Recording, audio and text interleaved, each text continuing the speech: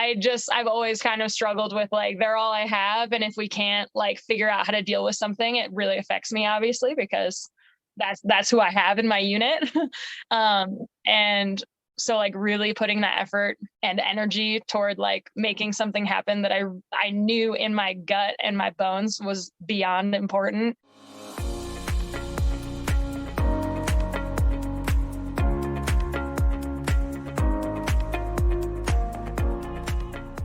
What's up, everyone? You're listening to the Do Hard Things podcast by Elite SRS. The purpose of this show is to share stories of hardship and victory as an encouragement for those in the middle of their own hard thing.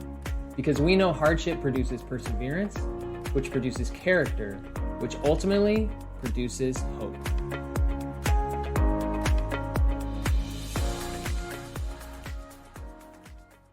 Today's guest is Lara Antonello. Lara is the owner of a Cuban food truck called La Osera and a former natural biologist and self-proclaimed bear person.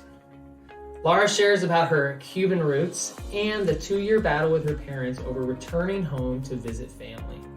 She talks about the emotional toll of all the discussions and shares that opening yourself up to be surprised by the people you love the most can lead to breakthroughs in your differences. If you enjoy the show, please don't forget to subscribe and leave a review so more people can be encouraged by the stories we share. Now, here's the conversation with Lara Antonello. All right, got Lara Antonello on the Do Hard Things podcast. Super excited to have you. Thanks for having me. I'm so excited. Yeah. This should be fun. So context for who you are. And I ask everybody the same question, but that's when people ask you what you do, how do you answer that? Oh yeah, that's a good one. I guess, yeah, my thing is that I am a restaurant owner. I run my very own food truck.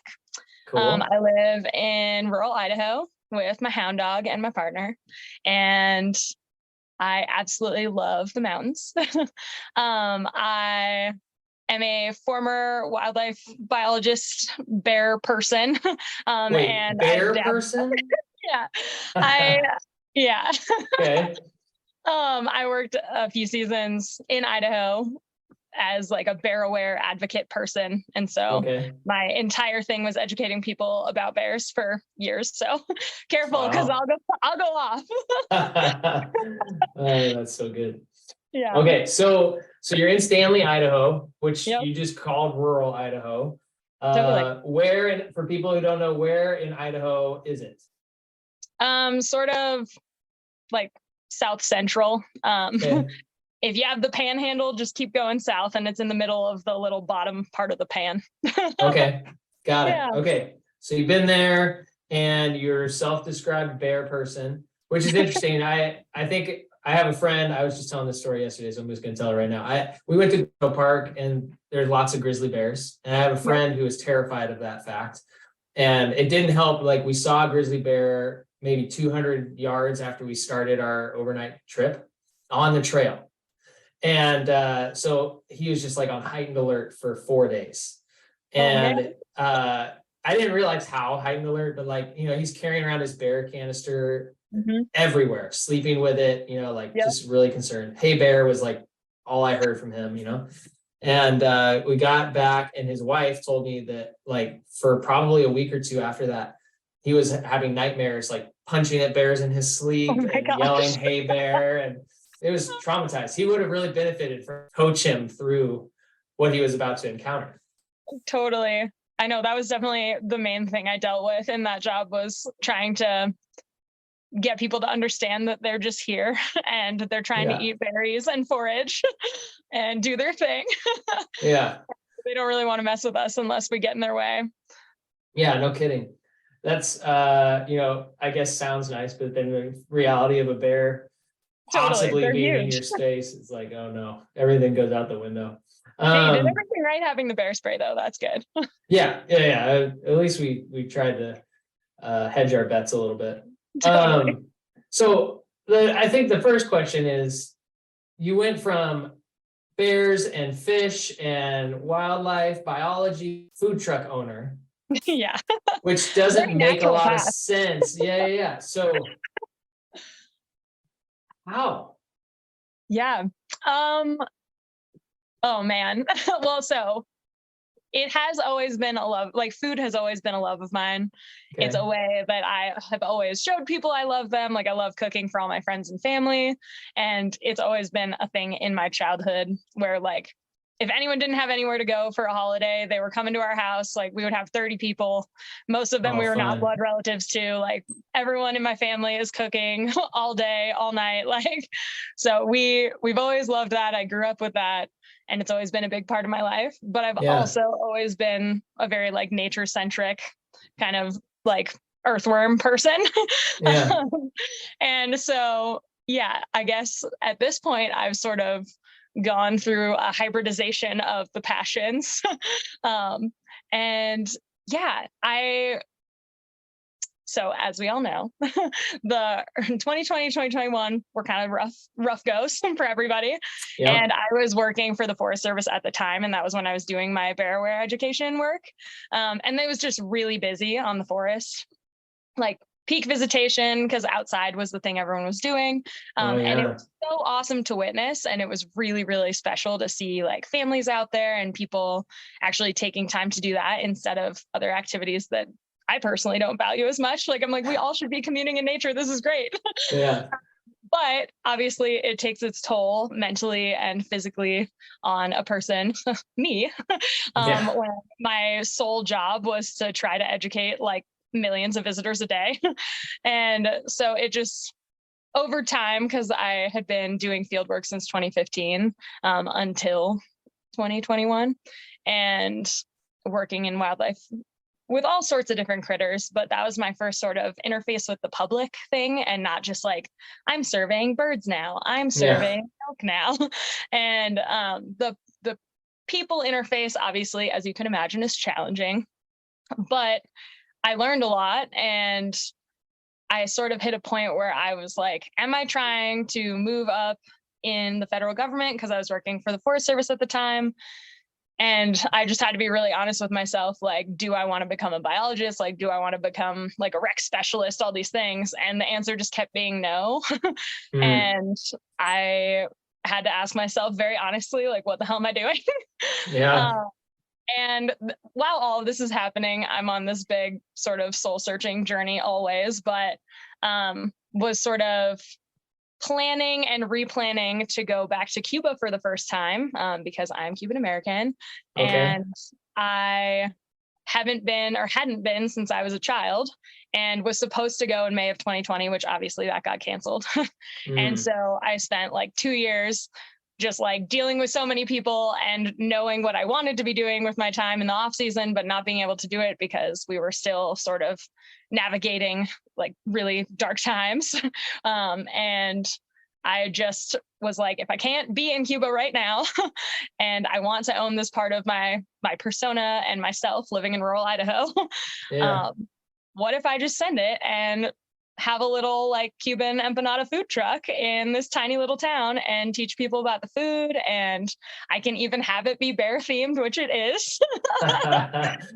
And so, yeah, it was sort of this like shot from the hip where I just wanted to reconcile with myself a little bit and be honest with like how I can connect with myself without at the time being able to travel to reconnect with family, Yeah. and how I can continue being happy in an area where there isn't really a huge Latino population and like sort of bring that into the community space that I really love and help share that.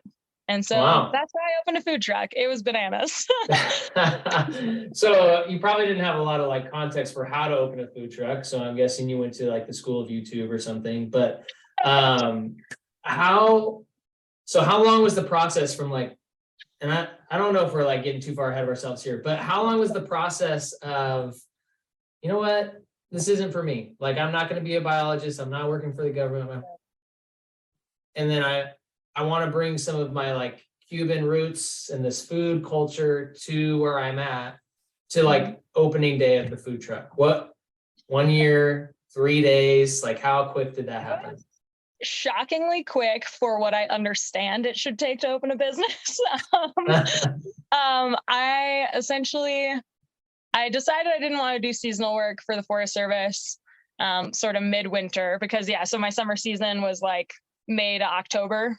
And then sometime in like January, February, I was like, nah, I don't think I'm going to do it. Like I can always go back if I need to, because they're always flying seasonal jobs, like just like take the leap. And I actually had applied for a job with a nonprofit who does like conservation lobbying essentially. And so I would have done that, but I would have had to move to Boise. And I really love Stanley and I didn't want to move to a bigger place.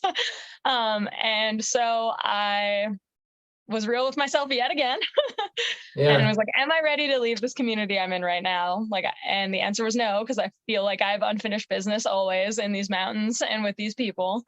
And so in the spring, so in about May of last year, so 2022, I was like, well, I can read about it, but I'm not going to drop a penny on it until I find a food truck. And in May, I was with my partner's family. We were visiting them for his dad's 70th birthday. And we were just like on a road trip in Nevada of all places. And I was just like Craigslisting really aggressively looking for food trucks in the Salt Lake area, because that's sort of the closest major hub to where I'm at. And I found like 2 or 3 trucks that maybe would work. And there was one that I was like, whoa, if I can find a commercial kitchen to bake out of, like that could be the real deal. And I got home and like a month later, I paid for the LLC, paid for all the business licenses, started studying for my food manager's test and food protection manager test with the state, bought the trailer, found a spot to park it, got the commissary, like did all my recipes, did all my pricing, like made more spreadsheets than I've ever made my whole life, and opened by mid-June, which was psycho. It was literally crazy. That's like what, 4.5 months or 5 months?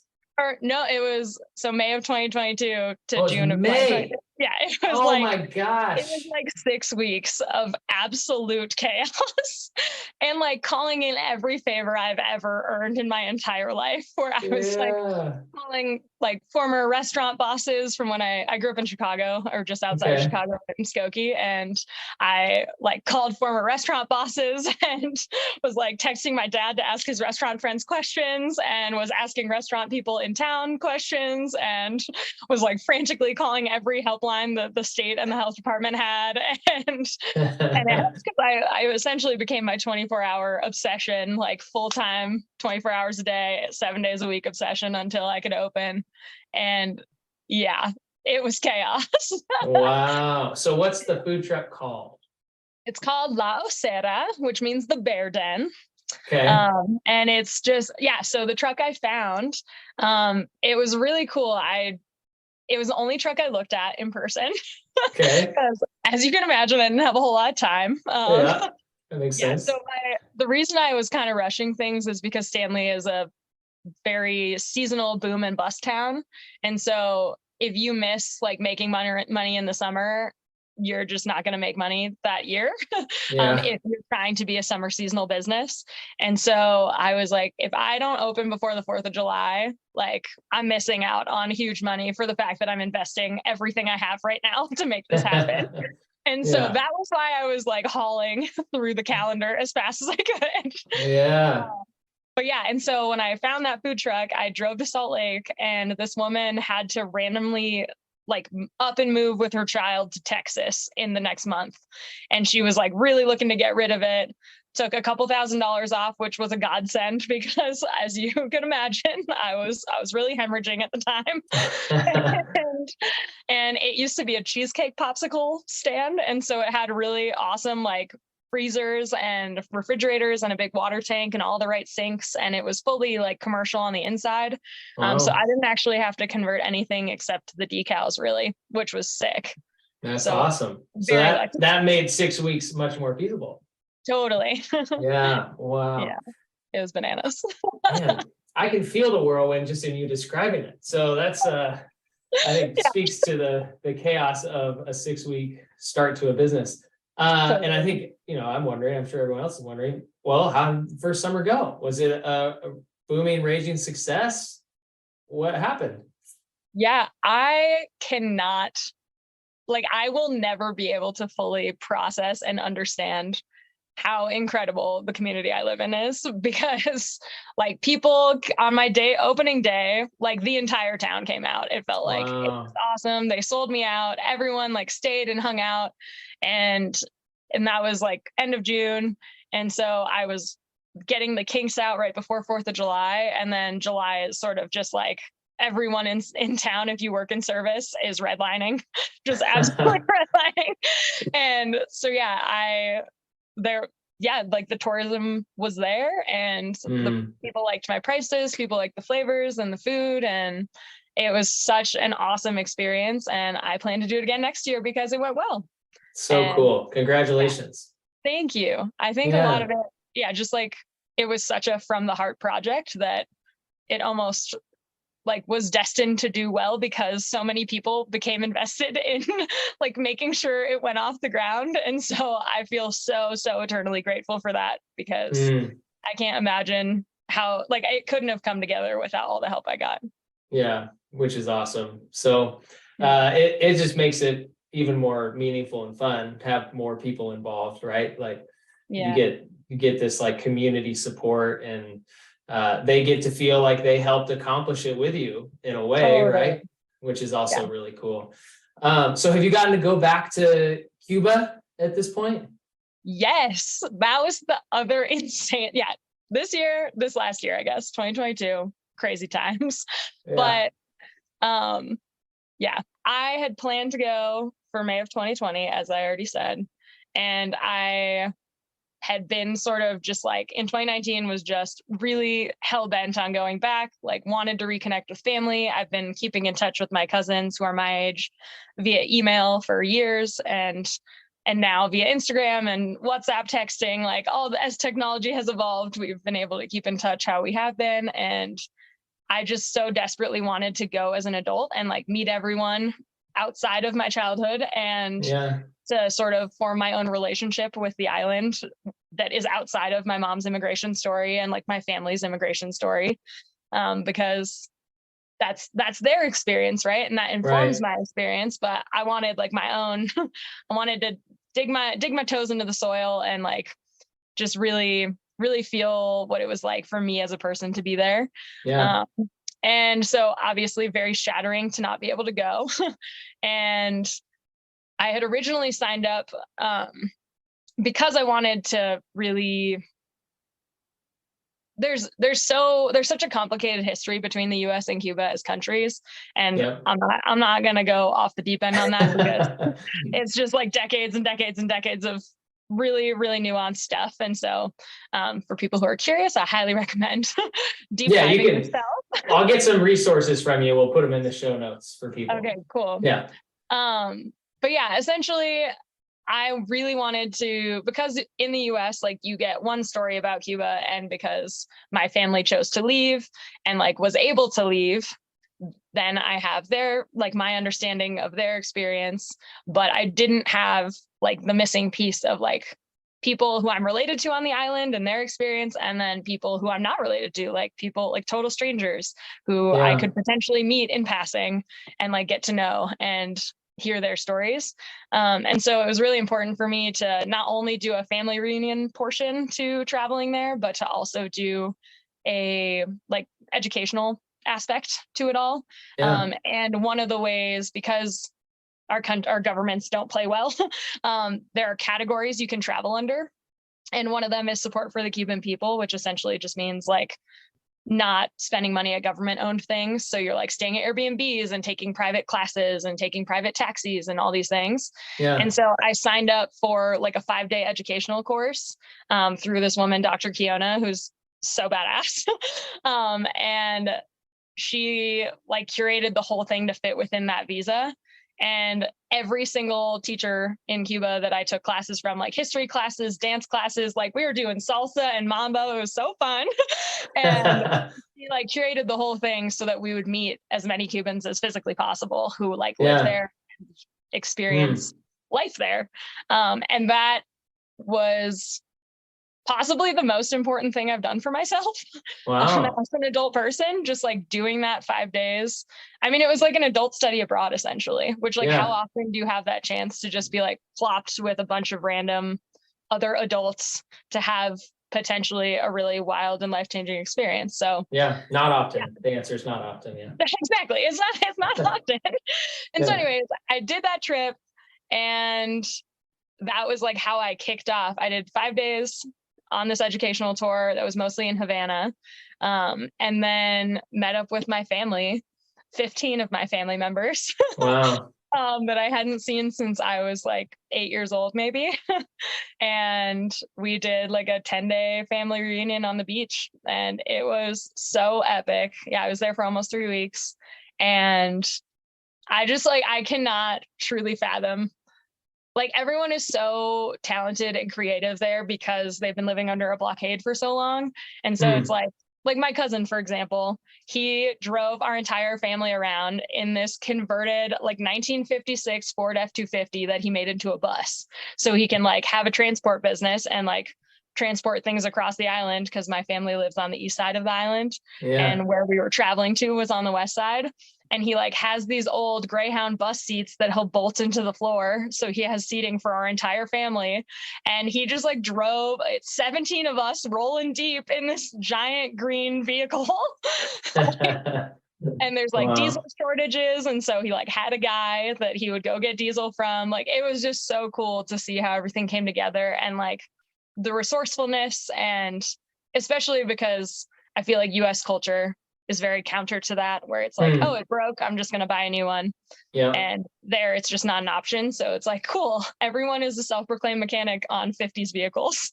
And it's amazing because they like have converted like boat engines to work in cars and all sorts of crazy stuff. And so it was just really inspiring to go, especially after having this crazy summer of like trying to do the business owner thing, which is hard, and having it be like challenging. Like, it was obviously beautiful and good, but it was also one of the most exhaustingly difficult things I've ever done in my entire life. Like early mornings, long days, like tight finances, the whole nine. And yeah, it was really, really special to have that be like the cap to my year, and like go there right after having this summer. It was nuts. Yeah. Wow. Really cool. If you enjoy the podcast, please do us a favor and head to your favorite podcast platform and leave us a review. It helps a ton. And there's a reason all the podcasts you listen to ask you to do this. We want to continue to encourage people in the middle of their difficult seasons, and your ratings help boost our podcast visibility and the stories of our guests. Did you pause it and leave a review? If so, thank you. All right. Back to our conversation. So I want to ask you more questions about like that part of you, the Cuba part. But I want to come back. You said a couple of things that I was like, I gotta ask. So one, you said you are always in the middle of soul searching. So I'm curious what that means. And then two, you said you have unfinished business with Stanley, or like those mountains, or something along. I can't remember exactly who you had unfinished business with, but it's where you're at right now. So I don't know which one you want to tackle first, but I'm curious about both of those things. Totally. The unfinished business part, I think, oh man, that is a great question. Dang, you're good. So I have absolutely loved my time in Stanley. It's one of the coolest places I've ever lived, because it's this tiny boom town that is just like thriving, and everyone in the summer especially, and everyone comes there to like hustle and make everything go round. And there's 3.3 million acres of wilderness surrounding us. So like the recreation opportunities are endless. And everyone, like the days are long, everyone's like good timing, just doing their best and like hustling to make the money. And then everyone relaxes in the shoulder seasons, which I think is a beautiful ebb and flow for a seasonal soul like myself. And with that though, it's also a challenging place to live because it is small, and while the community is amazing, it also can be hard sometimes because we all do well with time alone because you couldn't live here if you didn't. But sometimes the swing between summer and winter can be really hard. And some people, like I have some friends in town who love the winter and that's like their recharge time and they hang out with all their friends in the winter. And in the summer, they're just like so nose to the grindstone and they want every tourist to like, they want all the highways to close so that we have a break for a minute. But I'm kind of the opposite where I like really thrive on like the energy that comes to town in the summer, and in the winter sometimes I struggle with like the lack of connection compared to summertime. And so I've considered leaving most winters since I moved here, but we're on winter 6, so here we go. Yeah, and I think part of that is just that general struggle, right? Like it's really hard to feel like you're alone, even though you have so many people that you feel so close to and connected to, but everyone's doing their own like recharge routine from summer, or like they're partnered off and have their like spouse or whoever. And so they have their person that they're doing things with. And my partner is amazing and wonderful, but he works in Alaska 3 months in the winter. And so I just am like hanging out with my dog and sometimes like struggle to have the motivation to connect with people when that's what I need the most. And sometimes feel like everyone's doing their thing already, so I don't want to intrude. And so I've considered leaving several times because I have lived in bigger places where it's a little easier to, or it's less whiplash, I guess. And sometimes we want life to be a little easier and we don't need to struggle all the time. And I definitely, it has affected my mental health over time, and just like living in cold, dark places, that'll do it too, you know? And so I think that is part of like, I have wanted to leave, but kept feeling like it was like me failing or like giving up on this community that I've already poured so much into and that I do care about and don't want to leave. But when you're like crying by yourself in your house, you're like, well, maybe I should move to a bigger town so I can just like go to the brewery and hang out with some friends and not feel so alone for half the year. And so a lot of my like unfinished business mentality kind of surrounds that, where I like never want to give up on this place, but it's also not fair to pigeon myself into that hole where it's like, it's not giving up if I have to go somewhere so I can be happier. But doing the food cart felt like, or like deciding to do that felt like a last ditch effort to be like, does this town want me to be here or not? And the answer was yes, because like I said, the outpouring of support was insane. And like beyond my wildest imagination. Like I just thought people were like, oh, Lara works in town, cool, whatever. And people were like telling their friends who live in other states who were coming on road trips through like 2 months later to come to the food cart, and they would. And that was the craziest part. It was like, I met so many people who were like, oh, like my friend went to college with you, but they live in Seattle and I happened to be driving through and they told me to come by. So hi, I'm so-and-so. And cool. So wow. It's crazy. It's crazy living here, but I love it. So really the unfinished business part is like trying to make it home almost. Like if I could put my own words on what you're saying, is like you want it to be home, but part of the year it doesn't feel like it quite, or it's like hard to want to have it be home because it's lonely. And it's like, okay, how do I, like Stanley, how do I like make you feel like home year round? Totally. Is that like a fair way to summarize what the business is that you've got going on? I think so. Yeah. And it makes sense. It like mirrors, like it's a, like I just think of all, because naturalist brain, wildlife brain, like it is an extremely like, it's an extreme like ecosystem in general. It's like super hot and dry in the summertime. It's high desert. It's sagebrush everywhere. And then you hit the mountains and it's like, 10,000 feet of elevation. Like it's like a high elevation desert situation. And in the winters, it's like not uncommonly 20 to 40 below zero and short days.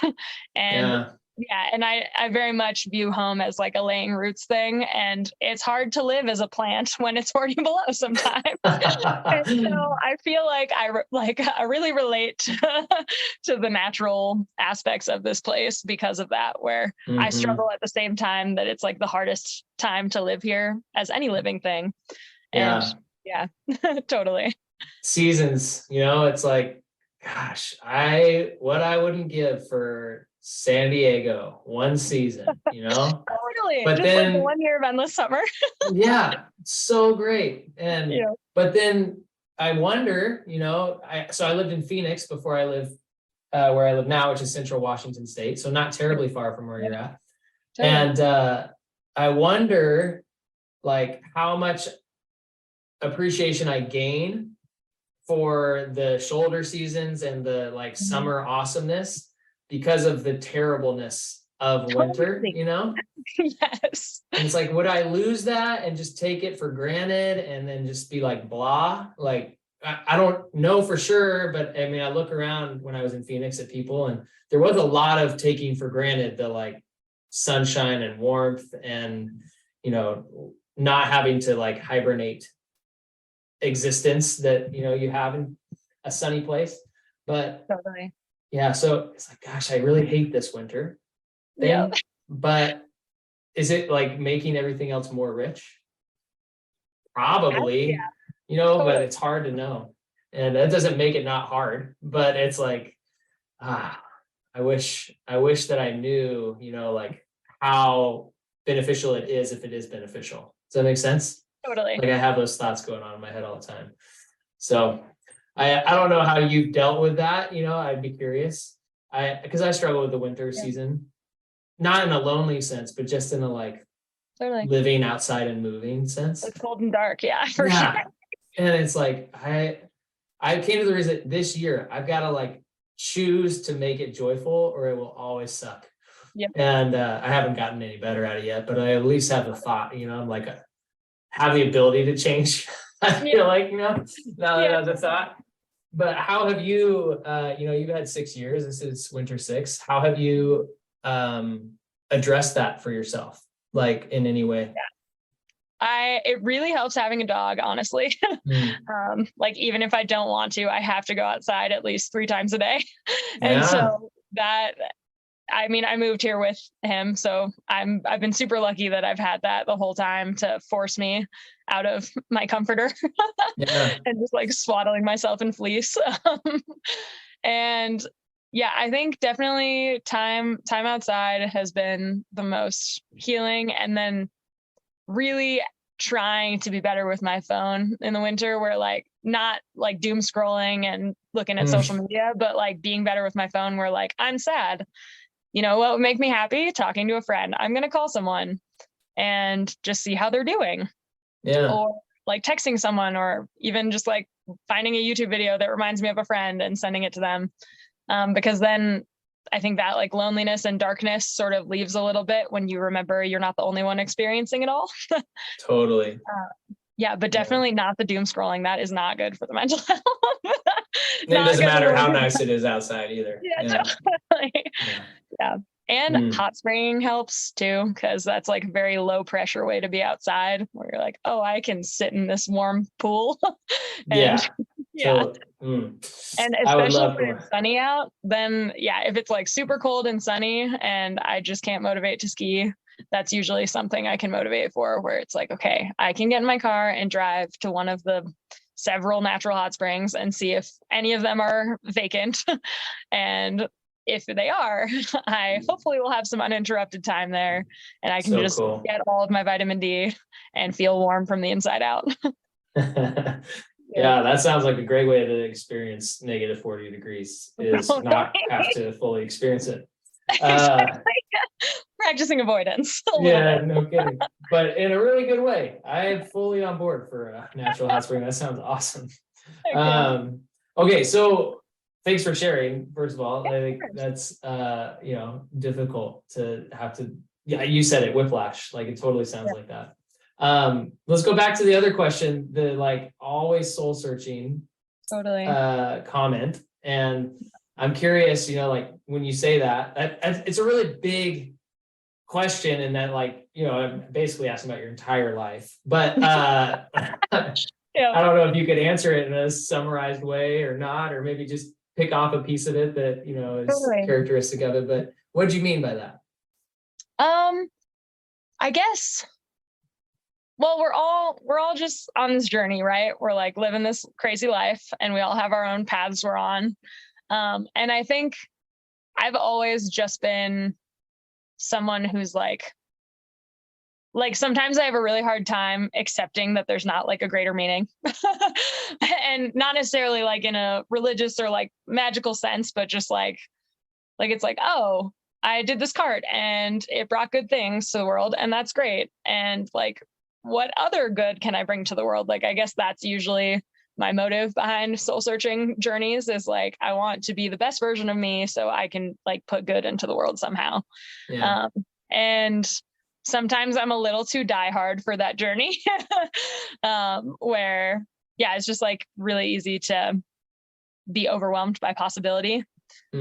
Because we do live in a time where it's like, you can just buy a book on how to start a food cart and do it. Yeah. In 6 weeks, no less. Yeah. I don't recommend that, but it is possible if you find a truck that is perfect. Yeah. Yeah. And I think because I've always been a very nature focused person, and because I feel I've always kind of felt like torn, like I've always had these dualities in my life. So I think that's part of it. And the dualities being like, I grew up in the suburbs of Chicago, but all I ever wanted to do was like follow monarch butterflies around and like play in the mud. And like, that's like an awkward place to be born when that's like your childhood innate goal. And like funny story relating to that. The first time I went to Cuba as a child, I think it was the first time. I went a couple times when I was little, but my mom is like city, which is hilarious because she was born in Cuba. Yeah. And my dad is Irish and Italian and just like charming, and has always been like, let Lara do Lara. She just is. Like, yeah. And we went to Cuba, and my mom's best friend and cousin in this life, his kids are my age, and I'm like little and running around and like playing tic-tac-toe in the dirt and like hugging horses and petting dogs and getting fleas from the chickens and like climbing trees. And my mom is changing my clothes in Cuba like 3 times a day. She's like gone through all of my clothes. And her cousin finally is just like, essentially, Sandy, cut the crap. Like, my mom's name is Sandy. And he's just like, cut the crap. Like, she's a kid. She's playing in the dirt. Like, let her be. And I feel like that is a very, like, that summarizes a lot of things about my life. And she finally was like, okay, whatever, you're right. And it ended up being really hilarious and fun. And my mom's always been super supportive, but she's always been like, are you sure that's what you want? Everything in me wants to tell you no right now, but we're gonna support you. Not gonna make you into me. Yeah, totally. And like, so that's one of those dualities for me. And then the other duality is like that having an immigrant mom from Cuba and having like an Irish, Italian, American dad. And like a lot of my family on the Cuban side who grew up in America and like were born in the US to parents who were either born in the US or not, but they like most of their parents, or most of my cousins on my mom's side, are like both of their parents are Latino. And so like they grew up speaking Spanish or grew up around Spanish more. And like me as a kid, I mean, we spoke English in my house because my dad doesn't speak Spanish. And so that like constant pull, I feel like I've always been trying to understand myself better and like how I can fit into all sides of me. Cause I've been super lucky that family has been such a big part of my life. Like both sides of my family have always loved reunions and always loved getting together and always loved celebrating together. And so like there was no shortage of connection, but there was always this bit of me where I was like, like I'm not quite like, I don't speak Spanish fluently, and I like didn't grow up in Miami, which is very Latin, and like Yeah. like all these things I'm not, that it's easy to notice about myself, even though Hmm. I'm all of them. Yeah. And it puts me, it puts me in this spot where I feel like I constantly am trying to search for how I fit in. Yeah, I think that's what it is. Yeah. Yeah. Yeah, Yeah. And it sounds like I would even say, listening to both of the questions that you just answered, there's probably a little bit of that in the like Stanley situation of totally, like, okay, well, how do I, and you were able to, in a way, like carve a new path with the food truck, right? totally. Like you didn't have to go find a Cuban community, Yeah. and you didn't have to like leave to a bigger city, or you just brought like kind of this blend of everything, the food, the Spanish, and the Mhm. name, the like lifestyle and the busyness with people, all of it kind of got blended together, Totally. which is kind of cool, like So I special. because and I commend you for that, because I think there's the opportunity in your situation of like almost being a victim of like, oh, I didn't have X thing or Y thing, and then just wishing that it could be different. Mhm. But like you just found a new path, and Totally. like somebody is going to benefit from that, whether you have kids or you get to influence somebody, like you get to encourage somebody in this new path, which is like what your mom and your dad did. And anyways, it's just so Totally. cool, and I've just Oh, thank you. committed. Yeah. Yeah. So thanks for sharing. There are a lot of things that you said in the like purpose and meaning that I want to ask about, but we're just gonna leave them there for now. I want to ask like the central question, which maybe you've already answered. I don't actually know, but I'm going to ask it anyways. And the purpose of this podcast is to be an encouragement for people in hard seasons. Mhm. And we do that by asking other people who have been through hard seasons to share their stories and then how they grew from them. And basically, and the question is, what is the hardest thing in your life that you wouldn't take back? And then subsequently, why? Honestly, it was really hard to go back to Cuba as an adult. Not because I didn't want to, but because I really wanted my mom to go with me.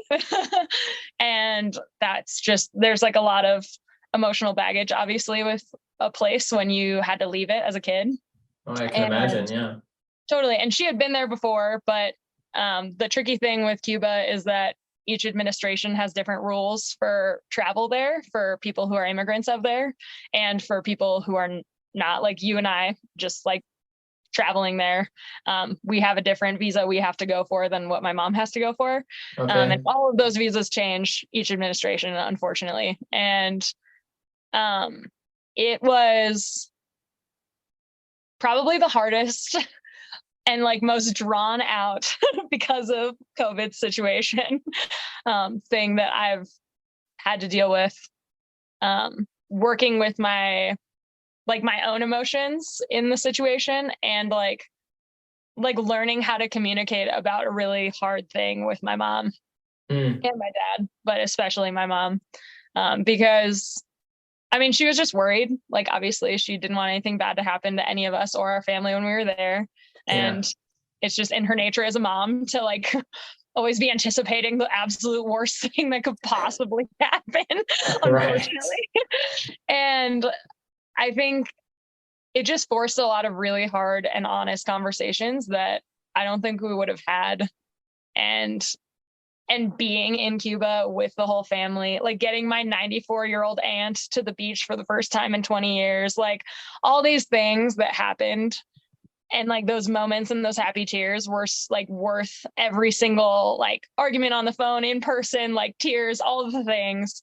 And I think like the root of that, it wasn't just like I'm going to Cuba, like traveling isn't hard for me, but I think the actual thing that was hard about that was like learning how to communicate with my parents, like what I Mm. need with what they need, so that we can like it's just me and my parents. I'm an only child. Like I was an accident. I'm an only, like the whole thing.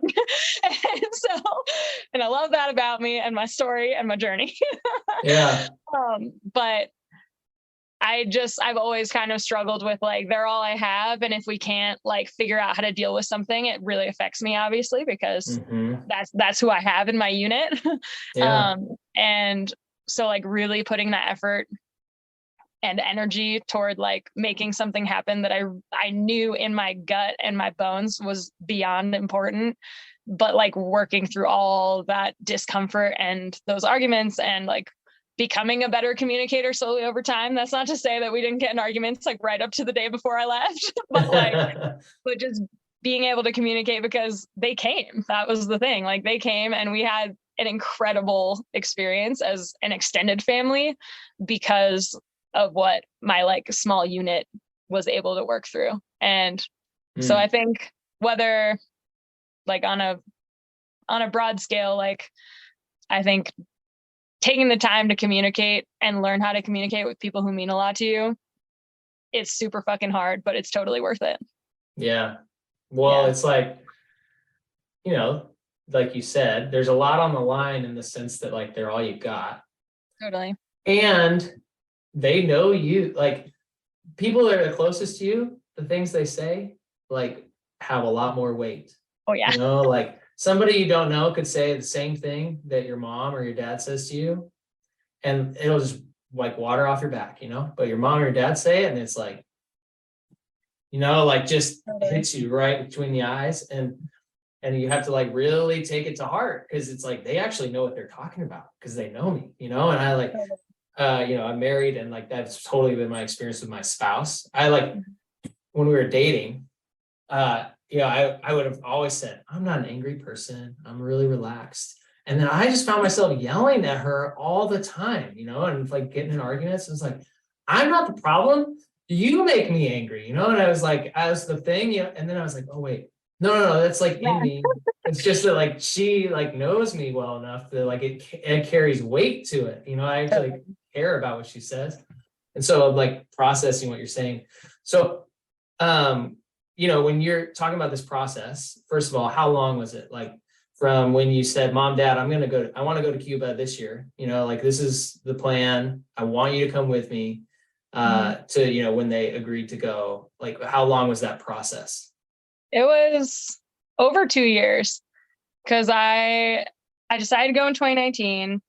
The trip got canceled. And at that point, I hadn't even fully really convinced my family to join me on that. And then throughout the 2 years, it just was, there's just a lot of emotion tied into it, right? Like I was going on an educational tour and my mom had never really heard of that being an avenue for travel to there. So she was skeptical and she was worried I was getting ripped off. Yeah. And I obviously wasn't, which was great because we love not getting ripped off. But yeah, it just was like a lot of emotions tied up in it. And then, when you so desperately think you're right, like from my parents' perspective, like they genuinely didn't think it was a good idea to go at the time. They genuinely didn't think that the avenue I was traveling through was a valid avenue. And so it got heated. And for me, the whole time I was just like advocating for the fact that I desperately have been needing this for years and so desperately wanted to connect with everyone as an adult. And we were just kind of at these odds where it was like it just like they felt like I was rushing into something that maybe wasn't smart. And classic parent-child dynamic, but I felt like we were about to miss out on an incredibly special opportunity to be there. And especially because now it's post-COVID, like pre-COVID times, tourism in Cuba was kind of popping, like for the first time in a long time since the blockade, like it still exists. But like tourism had slowly been enabled under the Obama administration and people were going, and like the tourism industry was a thing. Yeah. And then in the post-COVID times, like everything collapsed for everyone everywhere, but especially there because it does live under this like unique government restriction situation between the US and Cuba. And I just like, my parents live in Miami and it's awesome. And I love that for them. And I love visiting, but I would just get like so fired up every time I would visit them in those 2 years, because I'm like, we are 90 miles from Havana. Like, there are flights leaving right now. We could go. Like, we haven't seen our family in so long. And it was just a lot of like both of us trying to break out of these ruts that we were sort of stuck in. So Yeah. several years of really intense conversation that did not always go well. Um, and obviously there were a million other like touchy and sensitive and intense things going on during those 2 years. And so, Totally. yeah, just really special to have it come around. Yeah. Yeah. So, I'm not going to ask you to like go into the depth of the touchy parts, but what did you learn? Like when you look back on those 2 years and all of the like tension and like work that it is to like be in arguments for long periods of time, or to not agree but still know that you got to be in relationship, you know, like what did you learn from that whole experience? Well, for one, I learned there's a lot I don't know and still don't know.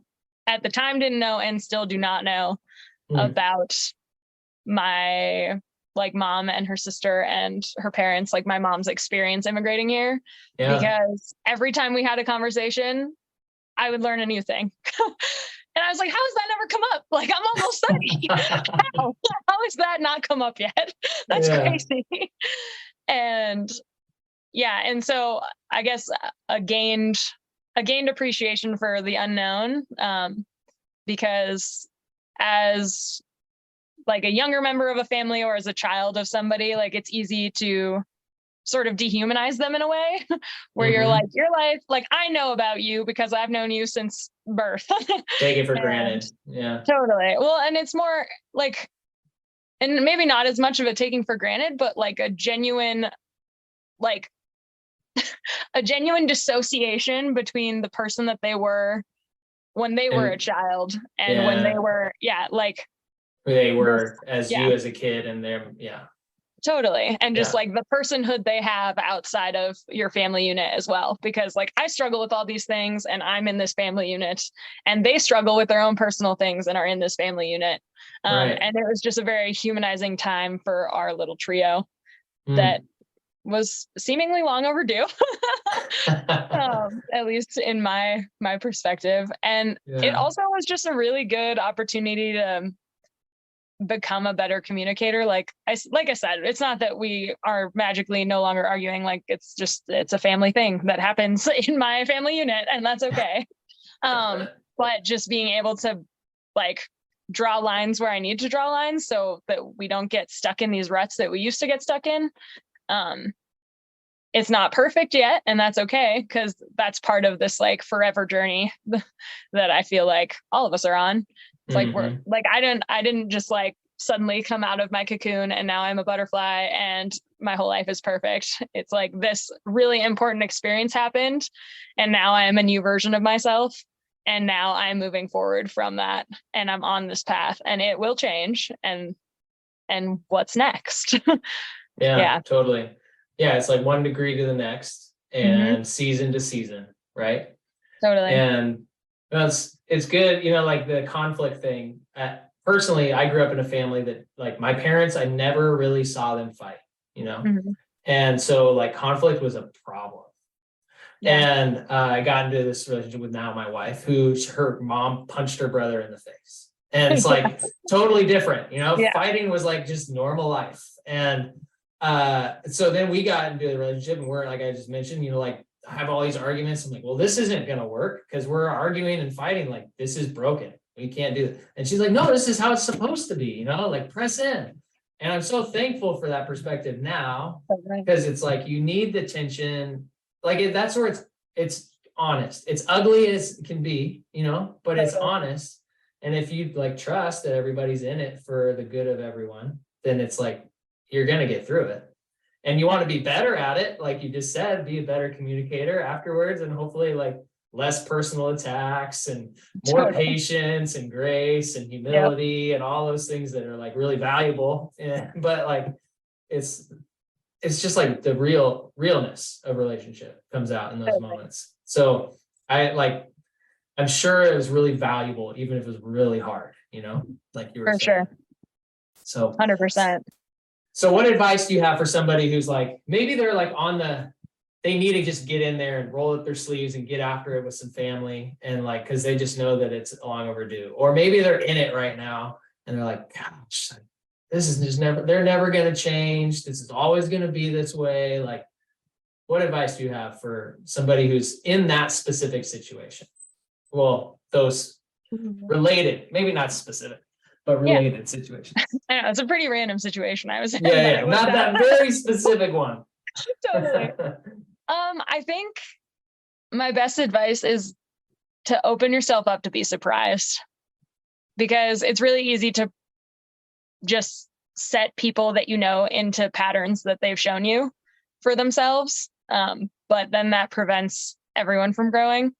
And so like giving them opportunities to, whether it's the way you start a conversation, like starting a conversation slightly differently so that maybe they like say something in a different way that maybe is more clear or true to how they've been meaning to say it and not piss you off. Yeah. But just opening yourself up to actually be surprised, because everyone, I have known my parents since I was born, and they blow me away all the time. I'm like, really? That's how you felt about that? I thought you felt this way about that for the last like 15 years. And they're like, what? Where'd you get that? And I'm like, dang, I totally invented that in my head. Like, that is not what? Where did that come from? Yeah. So to not be surprised, and do you have like practical tips for how to do that? Oh man. Ooh. When I got back from Cuba, a friend of mine was giving me just general life advice, and solicited or unsolicited? Solicited for sure. Yeah. And what stuck with me the most out of our long middle of the night conversation was he said something along the lines of, a blank canvas is a lot less scary when you start to fill it. And I think that applies to so many things. But in this case, like for me, I sort of interpreted that in the moment as like, if you're trying to make something happen in life, or if you're trying to like make a relationship that you have go a certain way, like if you're just staring at this blank canvas forever and not doing anything, nothing's going to happen. Or maybe it gets worse, or I don't know, but nothing happens unless you start just like swiping the brush across or splattering the paint or whatever your Jackson Pollock brain, whatever you have to imagine for that. But just like everything's a lot less scary once you first take whatever step you have the gumption for in that moment. And so like for me, when I was booking, I was about to book flights to go to Cuba. And at this point, my mom had expressed she wasn't going to come, but I figured I would call her one more time. And I like had to flat out come up with what I was going to say before I called her. And and I practiced and I said it over and over again for like an hour. And it didn't work in that moment, because it was like I am buying my flights. I would like you to come with me. Like it would mean a lot to me if you came with me. Will you please come with me? And her answer was no again. And so, I told her, I was like, I'm buying my flights in 2 days. Like if you change your mind, let me know.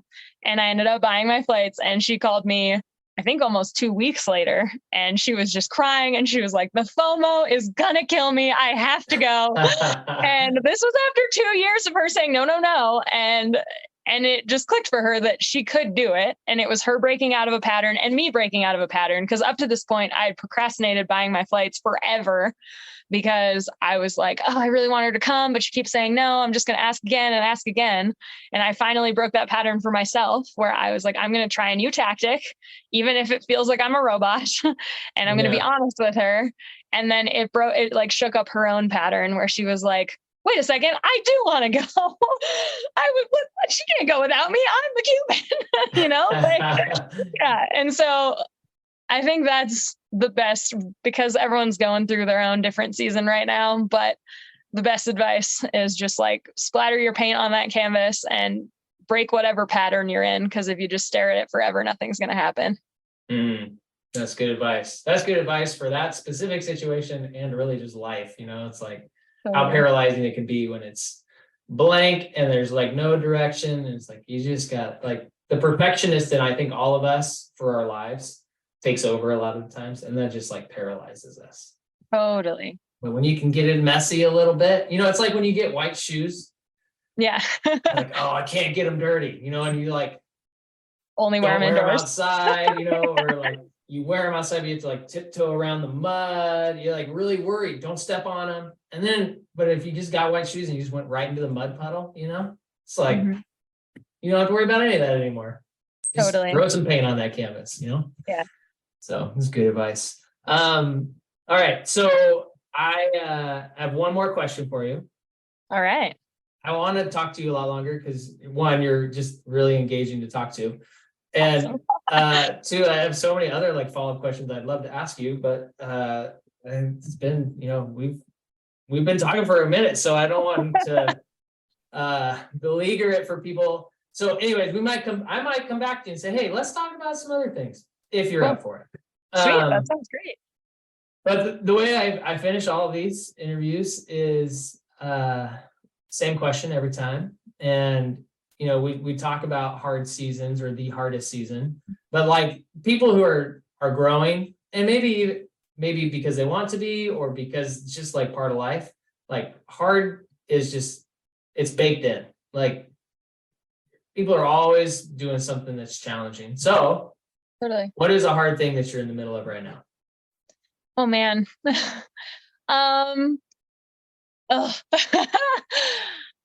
Well, it's winter. Yeah. So there's that. On surface level, that is the hard thing right now. And earlier when we had our dog interruption, I am fostering a dog for the first time, and it has been extremely rewarding, but I am a very emotional being, especially with animals, as you've probably gathered.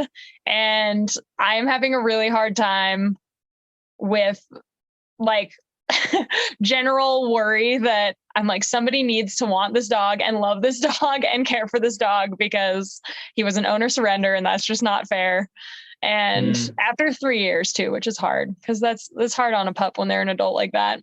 And I think it is reminding me of just like the like importance of patience and love and care. And so I'm having a very emotional time because it is winter, it is dark, and because there's this dog in my life that is teaching me so many things, and I really want him to find his forever family because he deserves that. Yeah. So you just are just in the emotional, like mixing melting pot right now with the winter season and this foster dog situation. Totally. Just all getting mixed up together and you're processing them all. Yeah. Yeah, that does sound like a lot of work and kind of difficult. So but we're just going to splatter the canvas and it's going to work out. Yeah, there it is. Taking your own advice. That's awesome. So Lara, for people who are like inspired or just really want to like stay connected to you, maybe they got questions, maybe they're Cuban and they want to get in touch with their Cuban roots, like whatever it is, like where can people get in touch with you or follow your story? I have an Instagram, and that is my only social media. Okay, easy. And my Instagram is larry.labamba. Makes so much sense. That is what it is. It's just my personal account, nothing fancy, but I am always happy to connect with people, and especially for folks traveling through Idaho. I love showing people around because these mountains are really special. And otherwise, I have my food truck email, and I'm always looking to connect with people. And so, and cool. I can link that in the notes for you. Yeah, that'd be awesome. We'll drop that in there. But Lara, thanks for being willing to hop on and share some of your story and encourage and entertain for, almost an hour here. I think, like you said earlier, you are a very engaging person to talk to. So it was a lot of fun. Yeah. Thank you. Of course. Thanks for listening to the Do Hard Things podcast by Elite SRS. We hope you are encouraged today and have a newfound hope to persevere. Be sure to subscribe for more great episodes and conversations. And if you ever want to watch an episode, check out our YouTube channel at www.youtube.com/EliteSRS. Have a blessed day.